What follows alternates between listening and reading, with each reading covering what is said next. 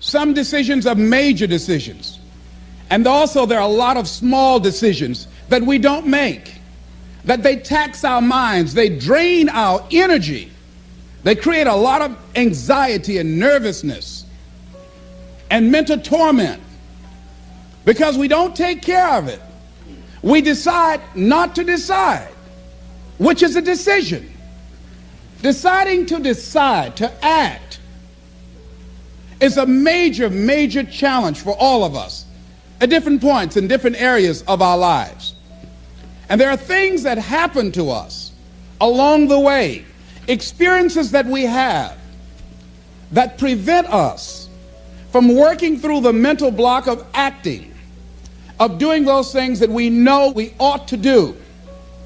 And so what I want you to think about is, what is there that you know you need to do, that you want to do this, but for some reason or another, you've been holding back. For some reason or another, you just have not been able to gather your nerves or be able to work through the procrastinating or putting it off or justifying or blaming. Some reason or another, you just haven't done it. And you know you ought to do this. You really want to do this, but you don't know why you haven't done it. Anybody know what I'm talking about? Raise your hand, please. Okay, then I've got company here this evening. I'm not talking to myself. Now, first of all, we know that this is not easy. Because in order to begin to reinvent your life, you've got to make a conscious, deliberate, determined effort. That you really have got to put all of yourself into it. It's very challenging to act, to do those things. There are times when you're looking at it and you say, I know I need to do this, but I don't feel like it. I don't want to do it. I know I need to do it, yet leave me alone. No, I don't want to do it. So what do we do? What are those things that cause us to do like that? I think that among the things that prevent us from acting is the fear of failure. And if you've already failed, you don't want to fail again. The pain of that, the disappointment, the fear of loss is another thing. Because many times when we do those things that we know we need to do, we feel that we might lose somebody that we love very much and care about. We don't want to hurt anybody. Many of us don't act because we want other people's approval. We want everybody to like us and to accept us. And that's not possible. Many of us don't do the things that we want to do and don't act because of lack of self-confidence. We don't believe enough in ourselves. I have a friend who's been working on a job where she's miserable, talented, want to go to another place that she can do what she wants to do and make the kind of money that she would like to make, and had some offers. But because of her fear and her lack of self-confidence of things might not work out, she won't take a chance on herself. So there she is, spending 8 hours a day, 5 days a week, and she's miserable. She hates to go to work. They're not paying her what she's worth. She knows it. But yet and still, she won't do that which she knows she must do, and it's wearing her out. There are a lot of people that their jobs are making them sick because they won't act. You check out the absenteeism and the people that are depressed. You see them coming to work angry. How you doing? I don't know. Just leave me alone. It's not even 9 o'clock yet. You're talking about good morning.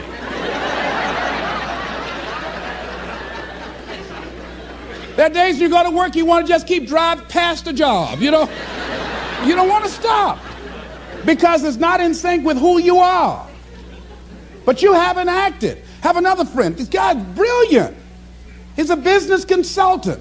He helped a lot of people get their business started. And people come to him because they know he's knowledgeable. But this guy won't start his own business. Now, he's very smart. He can do it. Everybody believes in him except him. And he's so smart, he's talked himself out of it. Well, the numbers aren't right. And so there are many reasons why we don't act. There are other things, though, that affect us. Is that not wanting to take personal responsibility. We want somebody else to do it. And many times we pick up our inability to do certain things from people that we love, people that we admire. We identify with them, and we live in the context of their ideas, their opinions, and their life patterns. We buy into it unconsciously. My mother is a pack rat. She keeps everything. She doesn't throw anything away. And I have unconsciously picked that up. Now, my mother never said, let me show you how to keep everything, Les, and just clutter things. I unconsciously picked that up, many times unconsciously. We try to honor the people we love by being like them. By the same token, I realized something about myself when I had some major decisions to make, and I found myself acting like my mother. See, my mother's the kind of person that when she has a problem with one of the other foster children that she adopted, she won't confront them. She will call me. Les, why don't you tell Linda to move? She's lazy. She won't go to work. She runs the street all day, and then she comes home and wants to sleep all day, and I think she's doing drugs. I said, but Mama, why don't you tell Linda that? I bought the house for you. I told you when she wanted to come home, don't let a grown person come there and take care of them. You let her in. Well, after all, she's my child. Mama, then you handle that. When I tell her to leave, she say, Mama say I can stay. Mama, can I stay? And you tell her yes, and then you call me and say, she's still here.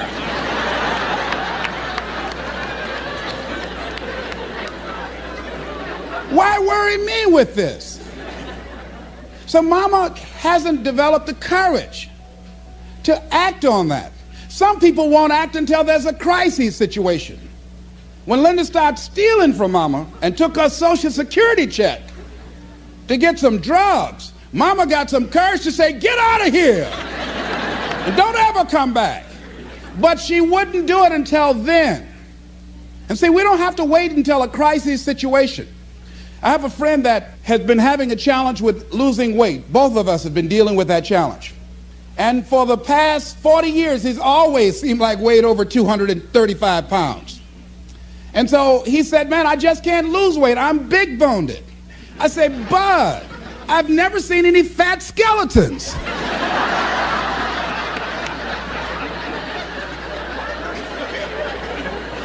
No, you need to act on your health. You can change this.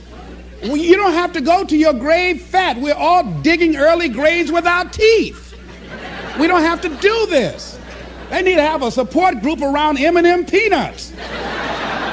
You want a support group on something, and throw Snickers in there too. Bud and I can tell you about the help we need with that. So what happened with Bud, though, he became ill a few weeks ago. See, Bud in the last few weeks has lost more weight than he's ever lost, even when we were competing with each other, betting a lot of money. But what happened was, Bud became diabetic. He went into an insulin shock. He didn't know that he was diabetic. His blood sugar became high. And the doctor said to him, you are diabetic. You're going to have insulin shots every day. You're going to have to change your diet. And let me tell you what's going to happen if you don't do what we tell you to do. Number one, there's a possibility that you can become an amputee. Number two, you can go blind. Three, you can become impotent. Bud, say, help me.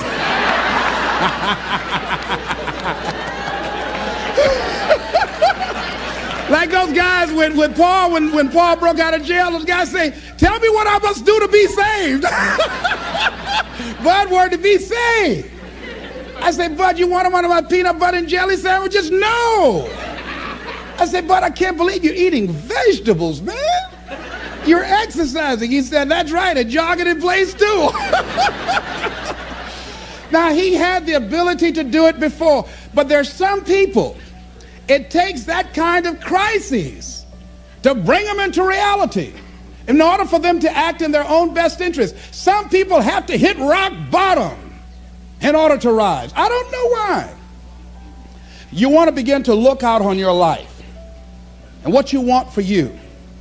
And I think that when we begin to focus in the area of what does it take for us to act, I think we can say events can inspire us to act, like that particular event in his life.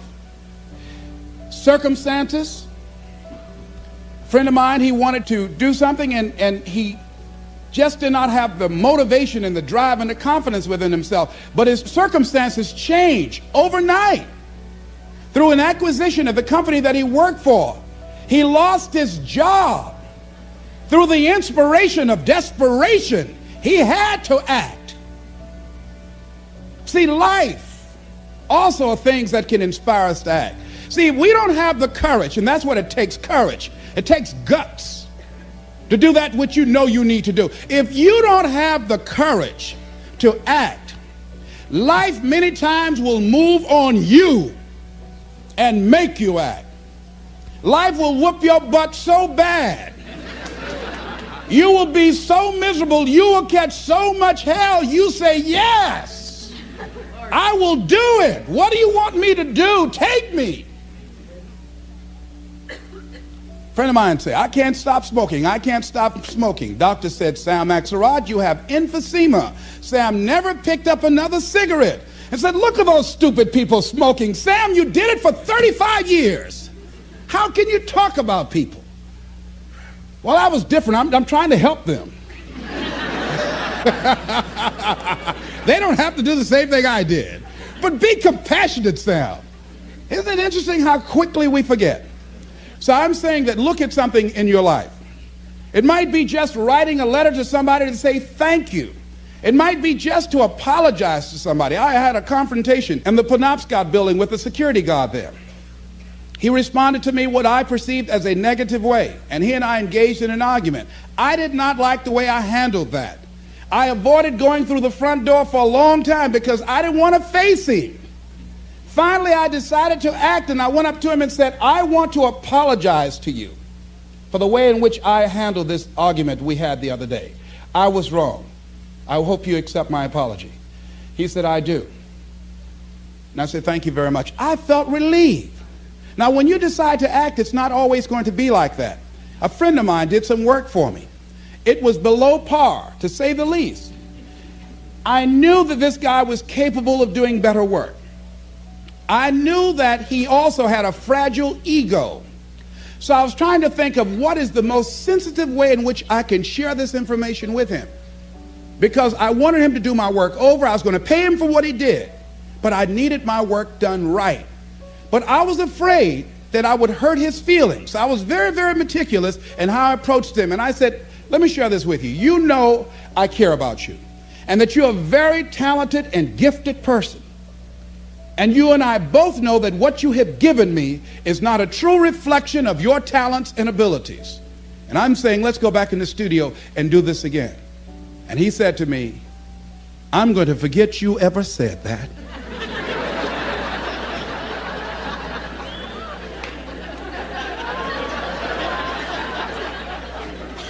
I was wiped out. He never spoke to me again. Now, when you decide to act, you're going to have some people like that. We're no longer friends. I lost sleep over that, ladies and gentlemen. I said, I can't believe that. I remember sitting up one night looking at the phone. I said, I got to call him. He said, no. Then I said, no, forget that. I called, man, look here, we've been knowing each other too long to allow this to come between us. He said, don't call me anymore, and hung up. And then I wanted to think about what can I do to make it up to him? And then something came to me, Les, what do you have to prove? See, many things we don't do is because of the fact we want people to like us. There's some necessary losses in life. When you decide acting in your best interest, you're going to lose some friends. Everybody's not going to approve of you. There's some people that won't like you. Who do you think you are? You're arrogant. What do you think you can do? You think you can get away with that? You're selfish. Thanks, I got that. It's my life. And so what I'm saying to you is that as you begin to look out on your life, this is challenging. This is not easy acting. So what are the things that we can begin to do to harness our will? Number one, you've got to bring it out and look at it. You've got to take the power out of it. You've got to expose it to the truth. And the truth is that it has no power over you. So write down something you want to act on but for some reason that you've been holding back, and look at it. The next thing is, ask yourself the question, is it helping you to continue to put it off? If it's an asset for you to continue to procrastinate, then continue to do that. But if it's a liability for you, if it's causing you some mental and some emotional challenges, or perhaps a financial problem, look at that. Examine that for what it is. Next step, ask yourself, what's blocking you? What's preventing you from acting? Why don't you have the courage to handle that? Why won't you face that? What are you running away from? What kind of avoidance behavior are you engaged in? Next is, what is the worst thing that can happen when you take action? So I looked at that, and I said, what's the worst thing can happen when I tell him this? He can say, I don't like you, and he did. Now what happened? I experienced that, I looked at that, I saw that, and guess what, ladies and gentlemen? I didn't die. My feelings were hurt a little bit. I lost some sleep about it, and sometimes I think about it when I drive past his house. But I'm still here. It's uncomfortable, but it's okay. It doesn't bother me anymore. I've gotten used to it now. So what is the worst thing that can happen? I want you to visualize that, experience that, feel the nervousness and the discomfort. And the more you run it in your mind, the less power that it will have. Next is, how will you feel after taking this action? I felt a sense of personal achievement when I faced somebody that has been my mentor for years. And for years, there was something I wanted to tell him, and I didn't have the courage to tell him, because it was always, I was the student, he was the teacher. It was always, I looked up to him and admired him and held him in high esteem. And I was always grateful and thankful for the impact that he had on my life. And I loved him so much. I didn't have the courage to say to him, please stop drinking so much. You're an alcoholic. You need help. I didn't have the courage because I was afraid that he might not like me. I was afraid that he might be hurt and crushed, that we would no longer be friends. I didn't want to jeopardize what we had. I loved him a great deal, and I didn't know how this would affect our relationship. And I didn't even want him to know that I knew that he was an alcoholic. And so I was a coward. I was spineless. In the name of love, I did it to justify to myself to stop from helping somebody that I loved from dying. I said, I love him so much, I just can't tell him this. I don't even know how he would handle it, to know that I know that he's an alcoholic. And finally, after years, I developed the courage to face my teacher, my mentor, who has molded me, who looks at me now and wanted to do what I'm doing now and did not do it. Came at a different time, and it wasn't time for what he brought. And he's living through me. And I had to face this man who's been like a father to me and say, I got to tell you something. You've got a problem. I love you very much. Please stop drinking. You're killing yourself. It's not just social. You do it every day. You need help. And whatever I can do to support you in that, I will. But please stop. And he looked at me, and I had no idea how he was going to handle that. And first there was like, I dare you. And we just looked at each other. And then I reached out to embrace him. And we've never, ever embraced men, macho. Never hugged before.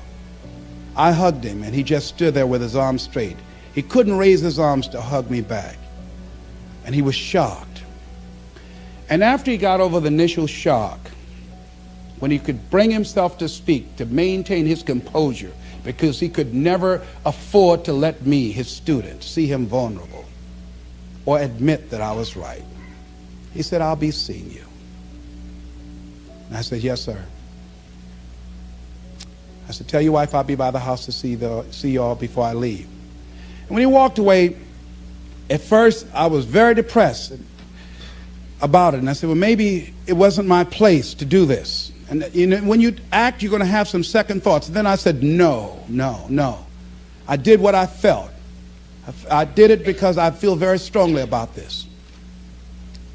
And fortunately, he called me back a few weeks later and left word with the answering service. Leslie Brown, I just want to say thank you. And hung up. That was a good feeling. When we look out on our lives, you ask the question, what are you going to do? Look at, as you think about this that you know you need to handle, what are you going to do? And then write down 3 strong reasons on why you know you must take action. And be explicit and descriptive in your reasons, because your reasons have power. Your reasons will drive you. When you have doubt, when your faith becomes weak, your reasons will fortify your faith. When you have an inner conversation, say, no, don't do that. Your reasons will become your rod and your staff to comfort you, to take you through those challenging moments. So write down your reasons. And what you will find, that when you decide to act, when you decide to take life on, and let me warn you, it can be painful, it will be uncomfortable, and that's where the growth is. When you're uncomfortable, when you're stretching out, when you're taking life by the collar, you're going to get thrown to the ground again and again and again. But when you have determination, and you know that what you're doing is right, it gives you your life, it gives a special meaning and power to you, you will have some power from on high. You will discover some things about yourself that will begin to electrify your personality. You'll begin to discover some things about you that you don't know you've got when you put yourself in that type of challenging situation. Repeat after me, please. I can go into action on anything in my life. Nothing is stopping me but me. No challenge in my life has any power over me. Here's something that Howard Thurman wrote on the decision to act. He said, it's a wondrous thing that a decision to act releases energy in the personality. For days on end, a person may drift along without much energy, having no particular sense of direction and having no will to change. Then something happens to alter the pattern. It may be something very simple and inconsequential in itself, but it stabs awake, it alarms, it disturbs. In a flash, one gets a vivid picture of oneself, and it passes. The result is decision, sharp, definitive decision. In the wake of the decision, yes, even as a part of the decision itself, energy is released. The act of decision sweeps all before it, and the life of the individual may be changed forever.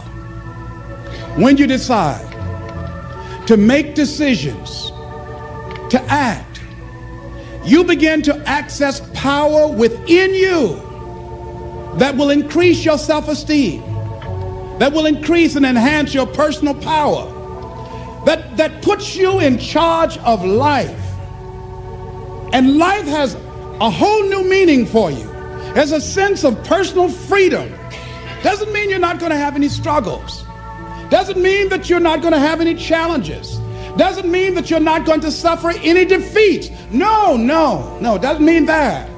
But what it does mean, that you're putting yourself in the position to grow. You're putting yourself in line with your higher calling and your higher self. And